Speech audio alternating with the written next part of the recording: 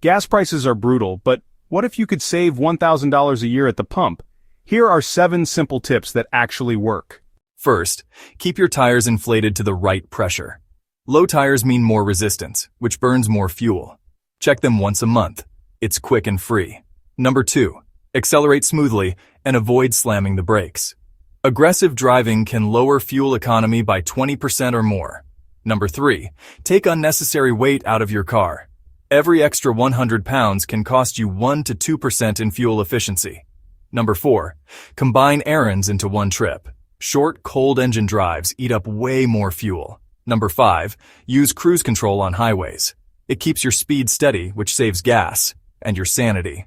Number 6, if you're parked for more than a minute, turn the engine off. Idling burns fuel for nothing. And number 7, use apps like GasBuddy or Waze to find the cheapest stations nearby.